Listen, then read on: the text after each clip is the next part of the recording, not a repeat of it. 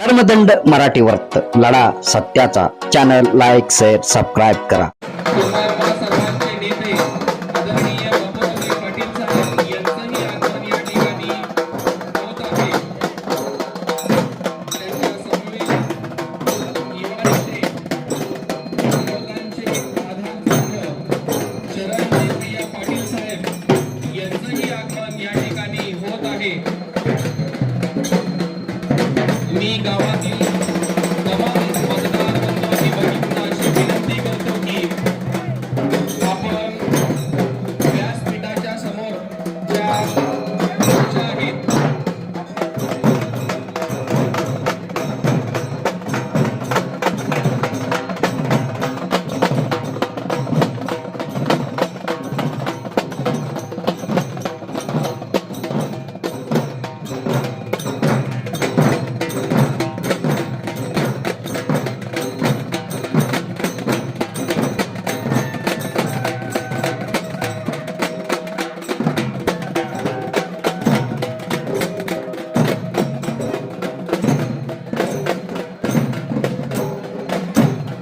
Bharatiya Janata party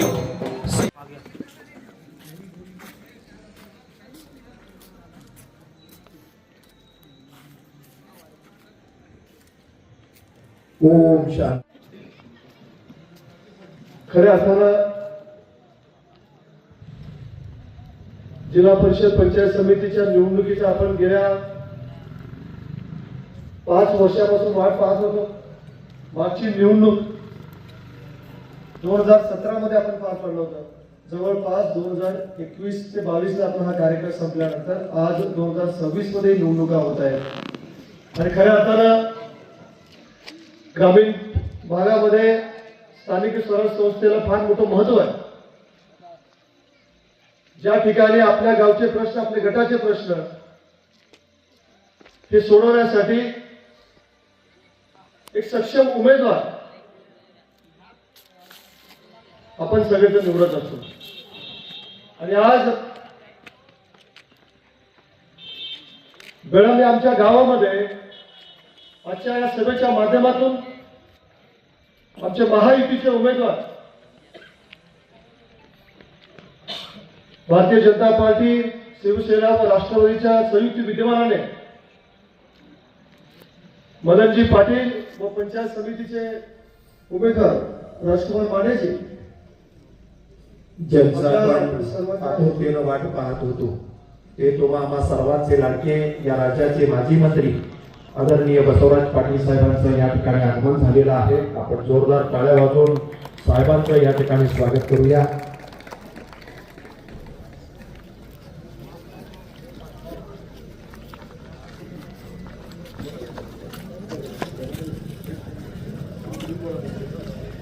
आदरणीय आपले सर्वांचे नेते आदरणीय साहेबांचं आता व्यासपीठावर स्वागत होत आहे. आणि खऱ्या अर्थानं महायुतीचं सरकार मुख्यमंत्री देवेंद्रजी फडणवीस साहेबांच्या माध्यमातून एक नवीन झंझावात निर्माण झालेला आहे. आणि महाराष्ट्रामध्ये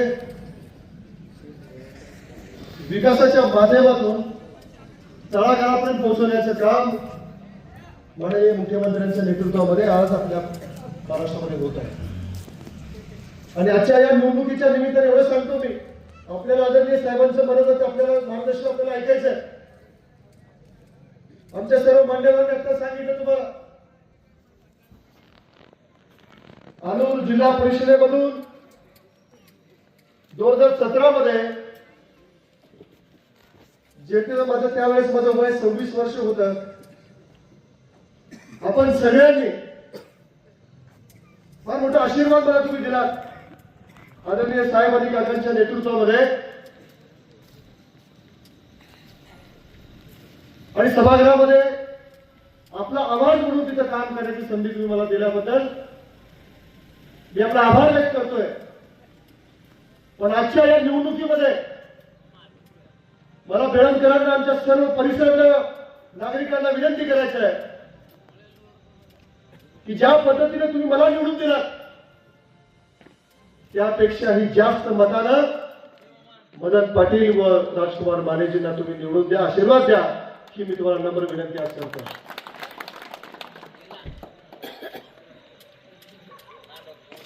कारण काम करण्यासाठी मी आहे, मदन पाटील असतील, इतर आमचे सर्व सहकारी इथं आहेत.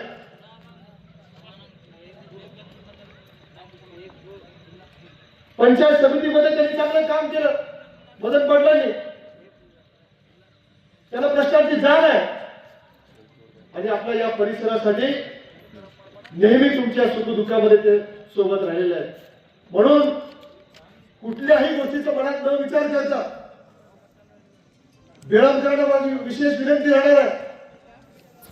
मला जेवढं तुम्ही मताधिक्य दिलं होतं त्याही पेक्षा 100 किंवा 200 मत जास्त आपण दिलं पाहिजे, ही माझी तुम्हाला नम्र विनंती राहणार आहे. आणि येणाऱ्या काळामध्ये काम तर आपण करत आलोय, याच्यापेक्षा जास्त पुढे जायचं आपल्याला. आता आपलं सरकार राज्यामध्ये आहे, माननीय मुख्यमंत्री महोदयांच्या नेतृत्वामध्ये आहे. आणि आदरणीय साहेब आपल्या साहेबांच्या मार्गदर्शनाखाली आपल्याला जे जे काही हवं आपल्या भागाला, आपल्या तालुक्याला, आपल्या गटासाठी आपल्याला इथपर्यंत पोहोचवण्याचं काम ते नक्कीच करतील. म्हणून ही निवडणूक फार महत्वाची निवडणूक आहे. कुठल्याही गोष्टीवर न विचार करता 7 तारखेला आपलं चिन्ह जे कमळ आहे या समोर बटन दाबून येणाऱ्या पंचवार्षिकसाठी, येणाऱ्या 5 वर्षासाठी आपल्याला पुढे जाण्यासाठी मदन पाटील व राजकुमार मानेजींना आपल्याला आशीर्वाद द्यायचा आहे. अनेक कामं आपण करतोय. शासनाच्या योजना असतील, आरोग्याचे प्रश्न असतील, शेतकऱ्यांसाठी शेत रस्त्याचं आपण हाती काम घेतलंय.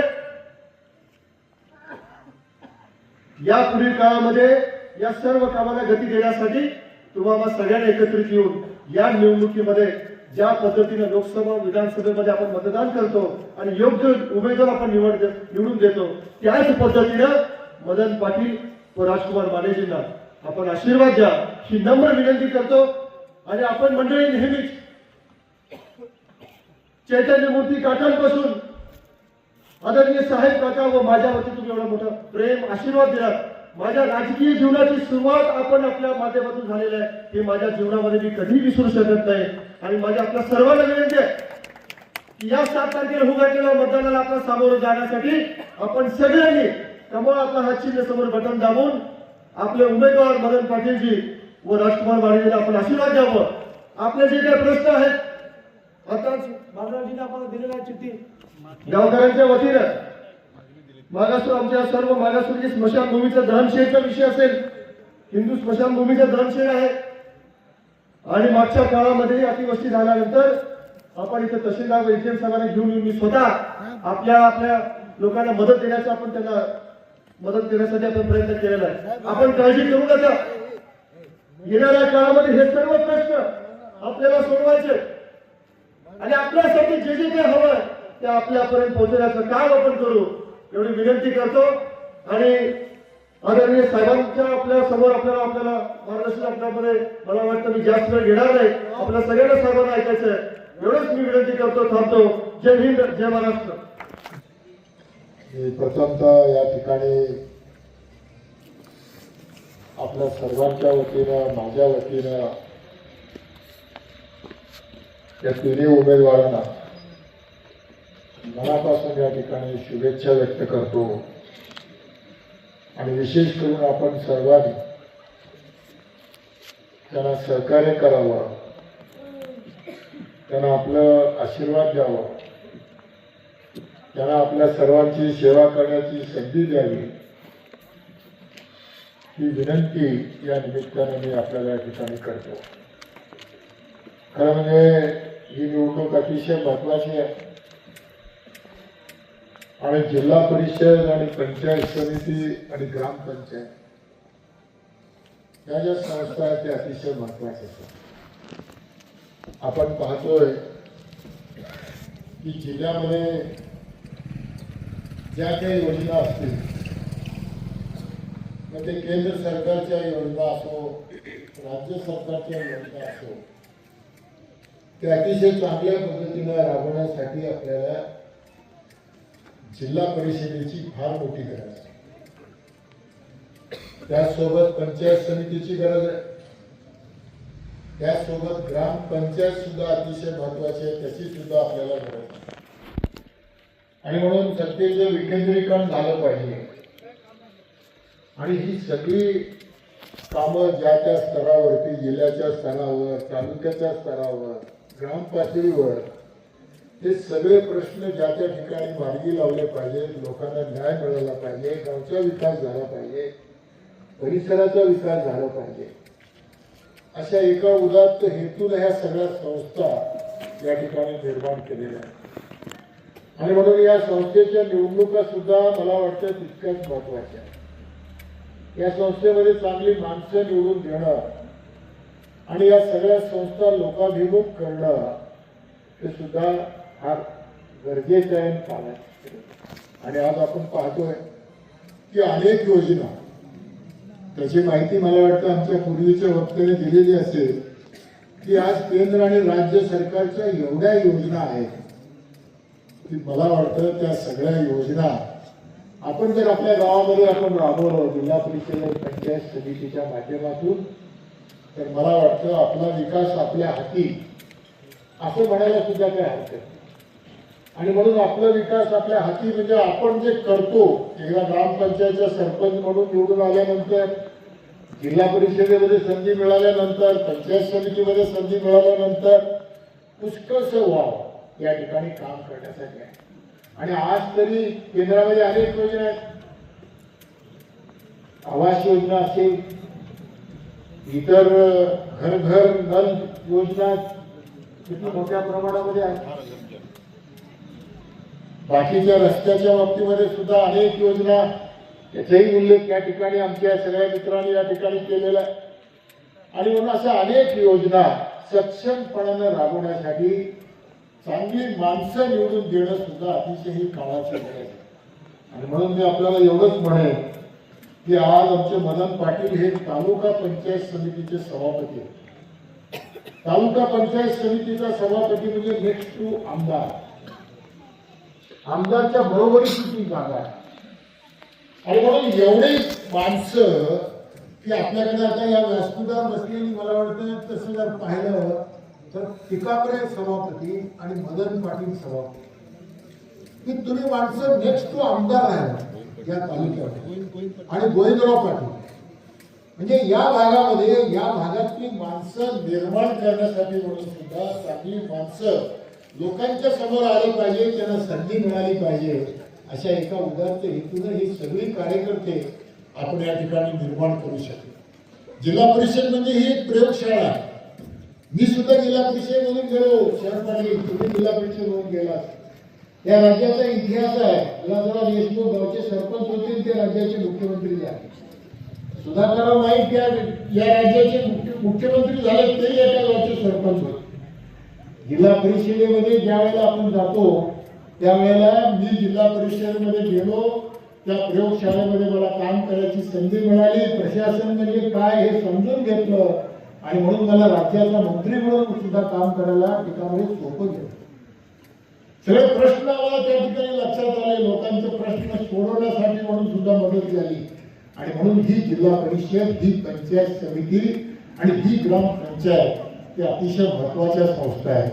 आणि मला खात्री आहे की हे मदन पाटील असतील, आमचे टिकामरे असतील, आमचे गोविंदराव असतील, यांना सगळ्यांना चांगलं काम करण्याची संधी मिळाली. म्हणून हे याही पुढील काळामध्ये ज्यावेळेला आपण त्यांना निवडून द्याल त्यावेळेला ते खऱ्या अर्थाने या भागाचा विकास केल्याशिवाय राहणार नाही. ते या निमित्तानं मी आपल्याला कारण आपण नेहमीच विकासासाठी सातत्यानं प्रयत्न करत आलेले आहोत. चांगली कामं करणं, चांगल्या कामाला न्याय देणं, लोकांचे प्रश्न सोडवणं.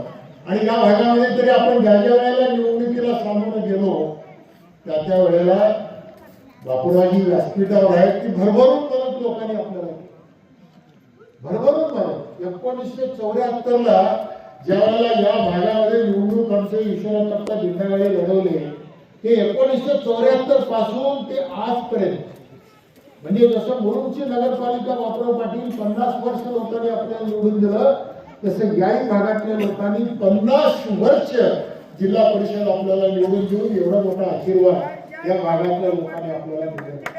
आणि म्हणून जेवढे आपण विसरू शकत नाही. आता तुमच्यावरती ही मोठी जबाबदारी आहे मदन पाटील. एक एक दिवस तुम्हाला महत्वाचं काढावं लागणार आहे. या भागाचं आजपर्यंत झालेली कामं, आता या भागामध्ये बऱ्याचशा गोष्टी झाल्या. या भागामध्ये इथल्या लोकांची व्यवस्था, साखर कारखाना झाल्यामुळे उसाचा प्रश्न सुटला. या भागातल्या मुलांना इथल्या इथं जवळ एखादं सिनियर कॉलेज राहावं, फार पुढे जाण्याची गरज नाही म्हणून वरिष्ठ महाविद्यालय आहे.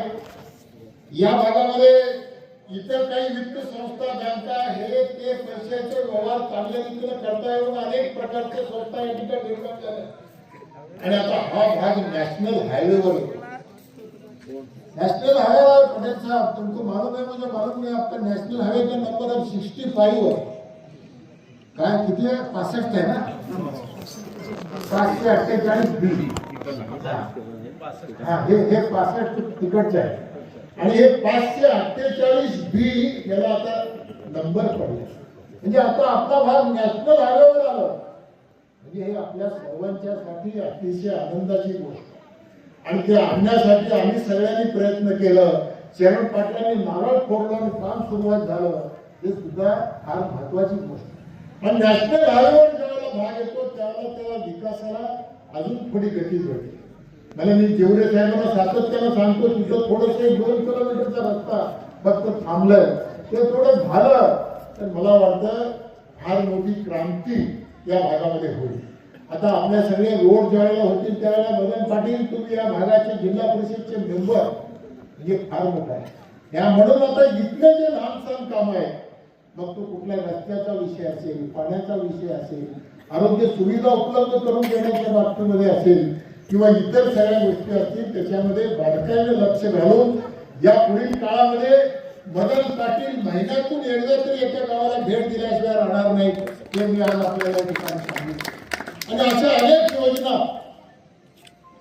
योजना ज्या ज्या योजना आहेत, मला वाटतं आपल्या तालुक्यामध्ये 13 जिल्हा परिषदचे गट आहेत. 13 तर 13 गटामध्ये सगळ्यात जास्त जर काम या पुढील काळामध्ये कुठल्या गटात होणं अपेक्षित आहे तर आलूरमध्ये होईल, हे मी अधिवचनाच्या या निमित्ताने या ठिकाणी.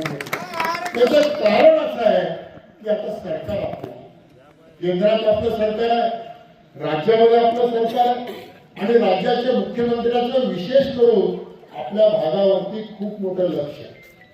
आता आपल्याला माहिती आहे की त्यांनी अनेक वेळा आपल्याला बोलून दाखवले की या भागातले जे काही प्रश्न असतील ते तुम्ही आम्हाला सांगा आणि निश्चितपणाने आम्ही त्याला मदत करू, सोडू, अशा प्रकारचं अभिवचन ते सातत्यानं देत आहे. आणि म्हणून मला एवढंच सांगायचं आहे की हा भाग म्हणजे मला वाटतं गळम, म्हणजे मी नेहमी एका सभेत बोललो होतो की पूर्वी हे मुरुमचं धाकटं भाऊ आहे, हे मी याचा उल्लेख केला होता. म्हणजे मुरुमनं आईसारखं प्रेम दिलं असलं तर मावशीसारखं प्रेम गळमनी दिलं आहे मदन पाटील, हे मी आज आपल्या या ठिकाणी सांगू. असे प्रेमळ गाव आहे, चांगली गाव आहे. आणि मला आठवत आहे की आता या गावची ग्रामपंचायत सुद्धा आप्पासाहेब बाबुराव पाटील सरपंच होते, तेही पंचायत समितीचे सदस्य होते, तुम्हाला आठवत असेल. आणि त्या काळापासून ते आजतागायत ग्रामपंचायत महानंद आपल्या ताब्यातच आहे. म्हणजे किती तुम्हाला लोकांनी प्रेम करावं, याला म्हणजे या प्रेमाला प्रचंड म्हणजे अशा प्रकारचं हे आहे. आणि म्हणून या गावामधले, या गावच्या गोष्टी, या गावातला विकास, ही गावातली माणसं आमच्या कायम स्मरणात राहतील, हे मी आपल्याला या निमित्ताने या ठिकाणी सांगू इच्छितो. आणि या पुढील काळामध्ये या भागाचा कसं कायापालट आपल्याला करता येईल या संबंधीचा सुद्धा प्रयत्न निश्चितपणानं आम्ही सातत्याने या ठिकाणी करू. आणि हे जे सांगण्याचा मूळ उद्देश म्हणजे आपलं सरकार असल्यामुळे हक्कानं आम्ही सांगू शकतो, आम्हाला या ठिकाणी सगळ्या गोष्टी हक्कानं बोलू शकतो. आणि म्हणून मी एवढंच सांगतो की आता अनेक योजना आमचे बापशेट्टी सुद्धा तरुण आहेत, सरपंच म्हणून तुम्हाला लोकांनी निवडून दिलं. तुम्ही आणि मदन पाटील म्हणजे एका नाण्याचे 2 बाजू आहात. 24 तास बोलून राहणारे मित्र आहेत म्हणून बापूरावजी निवड केला आता हे विकास घडून द्यावा म्हणून. आणि म्हणून तुम्ही सगळ्यांनी मिळून चांगले काम करणं हे सुद्धा गरजेचं आहे, काळाची गरज आहे. आणि म्हणून मला एवढंच सांगायचं आहे की आपण सगळ्यांनी मिळून चांगल्या पद्धतीचं काम तरुण आहात, तुम्हाला या सगळ्या गोष्टीची खूप मोठी आवड आहे आणि तुम्हाला वेळोवेळी लोकांनी संधी देऊन प्रशासन म्हणजे काय याचा अनुभव सुद्धा तुम्हाला द्या. पंचायत समिती सभापती म्हणून बसल्यानंतर सगळ्या गोष्टी लक्षात येतात. म्हणून मला एवढंच सांगायचं आहे की आपण सगळेजण एक चांगली टीम या ठिकाणी निर्माण झालेली आहे. मला वाटतं एका व्यासपीठावर तुमच्यापैकी एवढे समवयस्क सभापती असलेले कुठे दिसतेच का? दिसत नाही, कुठेच नाही. ही जी प्रक्रिया आम्ही घडवलं हे फार महत्वाचं. माणसं तयार व्हायला, माणसाला संधी मिळाली, त्याच्याशिवाय लोकांची सेवा आपण करू शकत नाही. आणि म्हणून ज्या वेळेला आम्ही असं आमच्या सोबत असलेल्या लोकांचा परिचय करून देतो, हे सभापती आहेत, हे उपसभापती आहेत, लोक म्हणतात साहेब एवढ्या तरुण आहे ते सभापती कसे लागले. कारण काही लोकांचं आयुष्य गेलं तिथं, आयुष्य गेलं त्यांना पंचायत समितीचा सदस्य होता आला, म्हणजे भाग्यवान. आणि म्हणून किती लोकांची सेवा करायला तेवढं कमी, प्रामाणिकपणानं सेवा करत राहा एवढंच या निमित्तानं सांगतो. आणि परत एकदा, कारण आपल्याला वेळ कमी आहे, मी जरा घाईघाईनं आलो, 10 वाजतायत, आचारसंहिता असल्यामुळे 10 पेक्षा जास्त बोलू शकत नाही. पण एवढंच या निमित्तानं इथलं दळणकरांना मी मनापासून सांगू इच्छितो की ही माणसं मदन पाटील असतील, आमचे राजकुमार माने हे सुद्धा एक अतिशय कर्तव्यगार आहे. ते आता राम जेवणे विरुद्ध हे निवडणूक लढवलं, पण आज एका व्यासपीठावर आहे. हे सुद्धा लोकशाहीमध्ये घडलं. विकासाच्या कामासाठी आपण एकत्र आलो, विकास लोकांच्या सेवेसाठी आपण एकत्र आलो पाहिजे. मी राम जेवरे साहेबांचं मनापासून आभार मानतो की त्यांनी मन मोठं करून मानेला आशीर्वाद दिला. हे अतिशय महत्वाचा विषय, अतिशय महत्वाचा. कारण तुमचे वडील राम जेवरे साहेब मित्र होते, मी पाहिलं डोळ्यात. हे अतिशय एकमेकाला मनापासून जवळून बघून एकमेकाला मदत करणारी माणसं. आणि परत तुम्ही सुद्धा एकत्र आला या विचारानं, त्याचा आम्हालाही सुद्धा मनापासून असंच राहावा, असंच चांगलं काम करा, त्या भागाची सेवा करा. हेच या निमित्तानं मी या ठिकाणी आपल्याला सांगतो. गाडी घोडे साहेब समोर बसले का, विशेष आहे की हे सगळं मानेला तुम्ही सुद्धा आशीर्वाद दिला, हे फार महत्वाचं. कारण आपला भाग हे फार चांगली माणसं, चांगल्या विचाराचं. आपण सगळेजण एकत्र येणं हे सुद्धा काळाची गरज. एकत्र येणं, एकमेकाला मदत करणं, आपल्या भागातल्या लोकांच्या सुख दुःखामध्ये आपण सहभागी होणं हे सुद्धा फार महत्वाचं आहे. आणि ते काम आपण सगळे मिळून करतायत याचं मी आपल्याला मनापासून धन्यवाद देतो, आभार मानतो. आणि सगळ्यांचं परत एकदा आभार मानून, खूप काही बोलण्यासारखं आहे. मी थोडा अर्धा तास अगोदर यायला पाहिजे होतं, परंतु लातूरला थोडंसं महत्वाचं काम होतं म्हणून मी येऊ शकलो नाही. शरण पाटील सॉरी. परत एकदा कारण तुमचा मतदारसंघ आहे आणि म्हणून तुमच्याबद्दल काहीतरी कौतुक करायला वेळ राहायला पाहिजे होतं, पण राहिलं नाही, त्याच्याबद्दल आम्ही सॉरी म्हणतो. नाही आहे राज्यभरामध्ये, आज राज्यभरामध्ये पडे शरण पाटील फाउंडेशनचं काम हे राज्यात पॅटर्न झालं.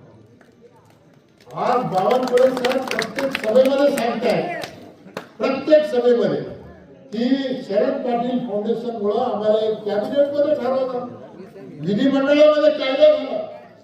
हे तुमच्या भागातल्या शरण पाटलाचं हे कर्तृत्व आहे, हे मी आज आपल्याला ठिकाणी सांगू इच्छितो. कारण आज महाराष्ट्रामध्ये एक पॅटर्न होतो, एक कायदा होतोय शेतकऱ्यांच्यासाठी, आणि हा शेतकऱ्यांच्यासाठी जिव्हाळ्याचा प्रश्न, आणि तो प्रश्न मार्गी लावलं हे सुद्धा अतिशय महत्वाचं आहे. म्हणून मी शरण पाटलालाही मनापासून धन्यवाद देतो, आभार मानतो. आणि परत एकदा आपल्या सर्वांचं मनापासून आभार मानून मी धन्यवाद देतो. आणि आपण एवढ्या मोठ्या संख्येनं, खरं म्हणजे आज जरा थंडी पण मला जाणवलंय, तरी खरं आलो म्हणून गळमला आले की थंडी लागायची. कारण त्या दिवशी सुद्धा फार थंडी होती, का होता. आणि म्हणून थंडी म्हणजे एक वेगळी माया आहे, निसर्गाची माया आपल्याला. म्हणजे थंडीमध्ये एक प्रकारचं एक वेगळं माया असतो, ती माया आपली नेहमीच आमच्यासाठी राहिलेली आहे. त्याबद्दल परत एकदा धन्यवाद देऊन आभार मानून थांबतो. जय हिंद, जय महाराष्ट्र. धन्यवाद. धर्मदंड मराठी वर्त लढा सत्याचा चॅनल लाईक शेअर सबस्क्राईब करा.